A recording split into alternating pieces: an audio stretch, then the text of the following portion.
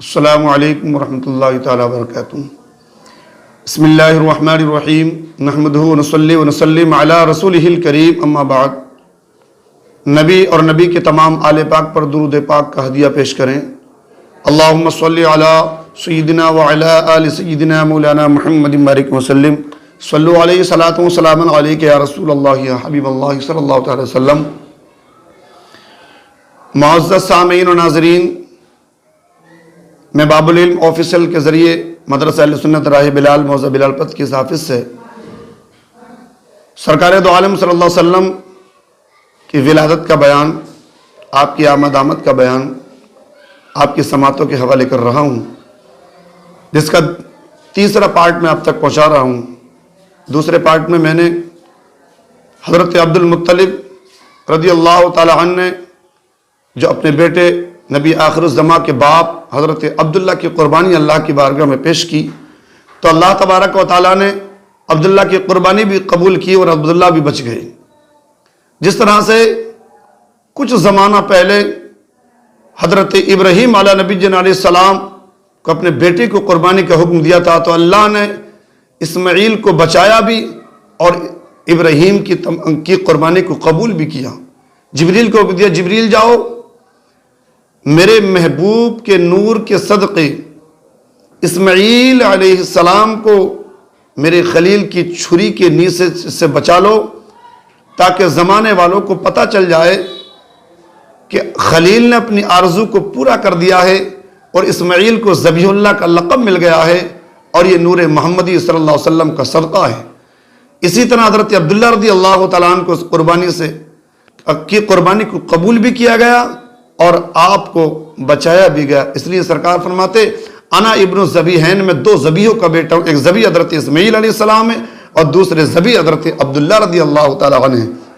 معزز سامعین و ناظرین، تو کیا شان ہے سرکار دو عالم صلی اللہ علیہ وسلم کی۔ ایک دیوانے نے بڑے چھوٹے انداز میں کہا، تم جیسا کوئی ہوا ہے نہ ہوگا تم ہی تو ہو، تم جیسا کوئی ہوا ہے نہ ہوگا، یہ مولانا ظفر علی خان کہتے ہیں، تم جیسا کوئی ہوا ہے نہ ہوگا تم ہی تو ہو، بعد از خدا بزرگ وہ تمنا تم ہی تو ہو، محبوب کبریا شہ بطحا تم ہی تو ہو، دل جس سے زندہ ہیں وہ تمنا تم ہی تو ہو، ہم جس پر بس رہے ہیں وہ دنیا تم ہی تو ہو، پہنچی نہ عقل جن و بشر جس مقام پر، پہنچی نہ قدسیوں کی نظر جس مقام پر، جلتے تھے جبریل کے پر جس مقام پر، اس حقیقتوں کے شناسہ تم ہی تو ہو۔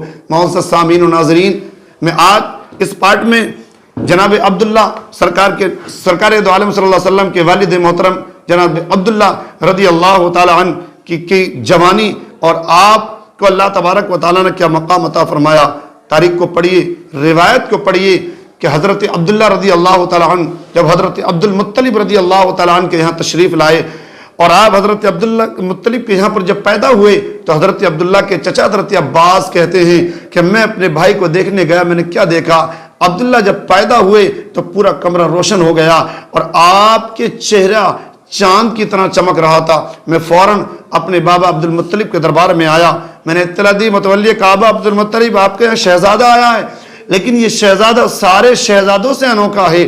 حضرت عبد المطلب دوڑے دوڑے آئے اور آنے کے بعد جیسے ہی حجرے میں داخل ہوئے اور حضرت عبداللہ کو گودی میں اٹھایا اور آپ کی پیشانی سے نور کی شعاؤں کو دیکھا، تو حضرت عبد المطلب نے کہا کہ میں نگاہ بصیرت سے دیکھ رہا ہوں، یہ میرا بیٹا سارے بیٹوں کی طرح نہیں ہے، یہ سارے بیٹوں میں بے مثال ہے، یہ بڑی عظمت والا ہے۔ حضرت عبداللہ رضی اللہ تعالیٰ عنہ پیدا ہوئے مکے کی سرزمین پر، حضرت عبد المطلب کے گھر، لیکن تاریخ کو پڑھیے، پوری دنیا کے یہودیوں کو، پادریوں کو، یہودی راہبوں کو معلوم ہو گیا کہ نبی آخر الزماں کے باپ عبداللہ مکے کے اندر پیدا ہو چکے ہیں۔